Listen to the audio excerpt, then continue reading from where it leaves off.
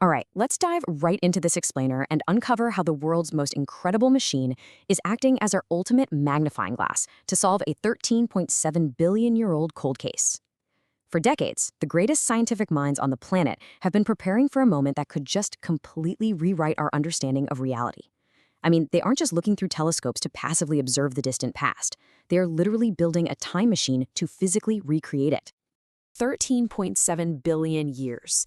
To truly understand our universe, scientists are attempting to recreate the exact blazing conditions that existed just moments after it began all those billions of years ago. We are talking about the very first fraction of a second after the Big Bang. The whole goal here is to bring the universe back to a state where it was incredibly hot, where all the particles that make up absolutely everything were moving at blistering speeds and just smashing into one another in this vast primordial soup. So, what did the Big Bang actually look like? Well, thanks to earlier experiments, scientists have already managed to peer really deep inside the tiny atom. We actually have a surprisingly clear picture of the universe just 3 microseconds after it formed. And to put that into perspective for you, there are about 100,000 microseconds in a single blink of an eye. It's incredibly fast. But this amazing achievement leads us to the ultimate mystery. Since that 3 microsecond picture is pretty clear, what did that exact first moment, the Big Bang itself, actually look like? Section 1. The world's biggest machine. Because, as you can probably guess, you cannot recreate the birth of the universe on a standard laboratory bench. You need something on a completely different scale.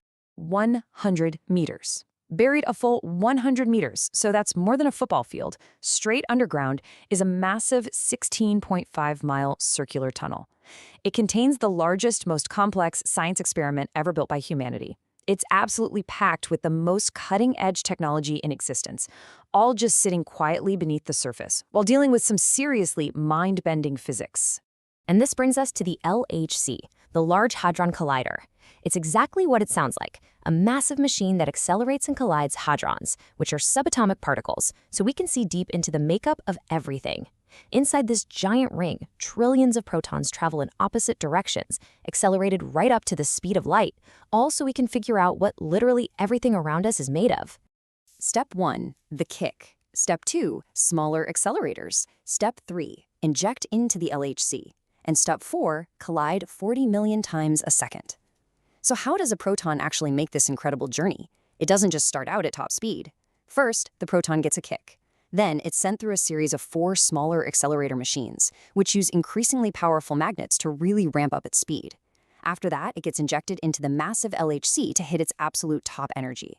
Most of the way around, these trillions of protons are traveling parallel to each other in separate pipes. But right before they reach the experiment zones, the pipes converge and the particles violently collide. 600 million. The numbers here are just almost impossible to wrap your head around. There are 100 billion particles packed into each little packet zooming through that tunnel. And because these packets cross paths 40 million times every single second, when you actually sit down and do the math, you get up to 600 million individual proton collisions every single second. It is a microscopic fireworks show of just unprecedented proportions. Section 2. Recreating the Big Bang. Because hitting particles together isn't just about breaking them apart, it's about unlocking the energy of the ancient universe. Side A, an explosion inside space, versus side B, an explosion of space.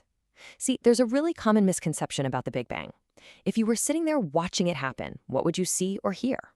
Well, you wouldn't be sitting anywhere, because the Big Bang wasn't an explosion inside an empty room or existing space. It was the explosion of space itself. You can kind of visualize it like a helium balloon. Inside, things are getting wildly hot and moving fast, and suddenly you take a pin and pop it. Everything that is space is instantly bathed in high-temperature radiation, bursting with light.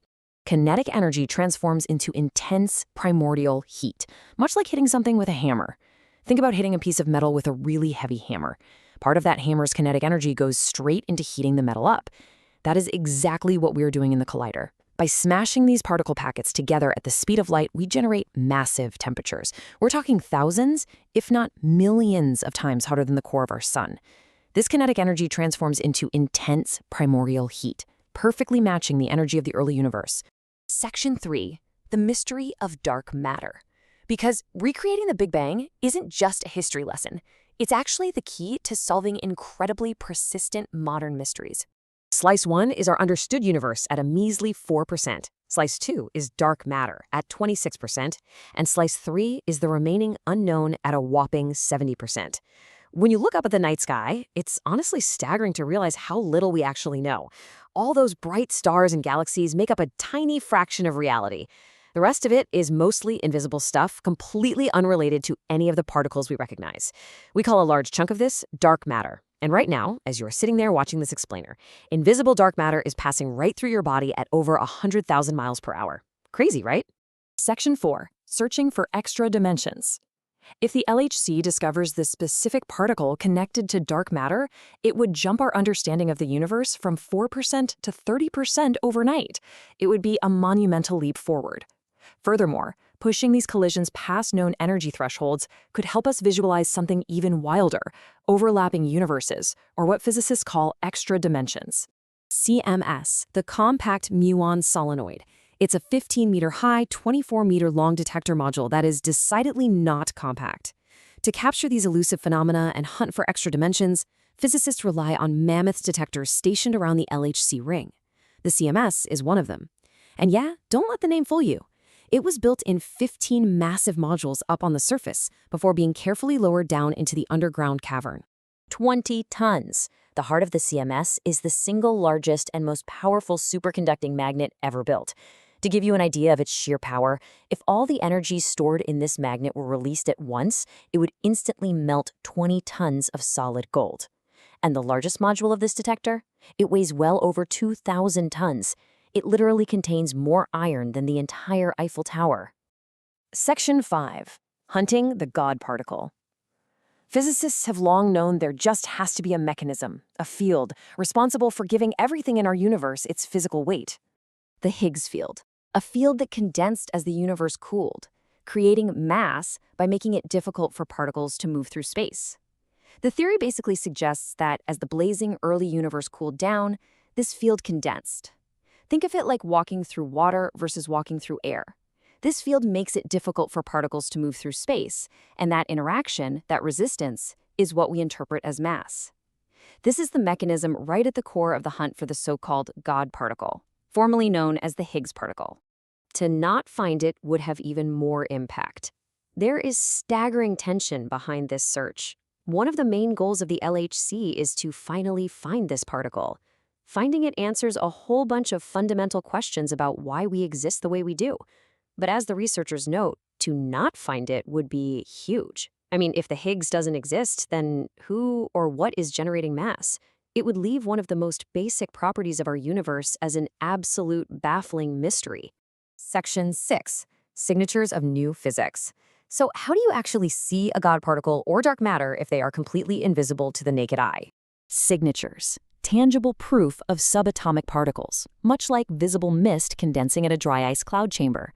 Spotting these particles is a process of looking at the signatures, or the traces they leave behind. It's much like a traditional cloud chamber. In a simple box filled with dry ice and gas, you can't see a single ionized atom, but as it passes through, mist condenses on it, making it big enough to photograph. You see the tangible proof, the trail. The LHC detectors are doing exactly this, hunting for the complex, subatomic vapor trails of new physics. We've got the Tevatron in Geneva, Illinois, which is about a quarter the size of the LHC, but it developed crucial superconducting magnets. Today, it acts as a time machine with a remote operations center monitoring CERN. This search really is a massive global collaboration.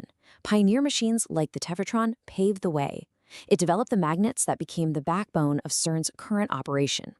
Today, facilities like Fermilab act as remote operation centers, effectively remote time machines, allowing scientists across the globe to monitor the conditions of the early universe in real time right alongside their colleagues in Europe. What else will we discover when we perfectly replicate the exact instant our universe began? As we continually smash protons together at the speed of light, looking for the signatures of dark matter, hidden dimensions, and the origins of mass, a much grander mystery emerges. If we can unlock the 96% of the universe that is currently hiding in the dark, what new reality will we wake up to tomorrow? Keep questioning, keep learning, and I'll catch you in the next explainer.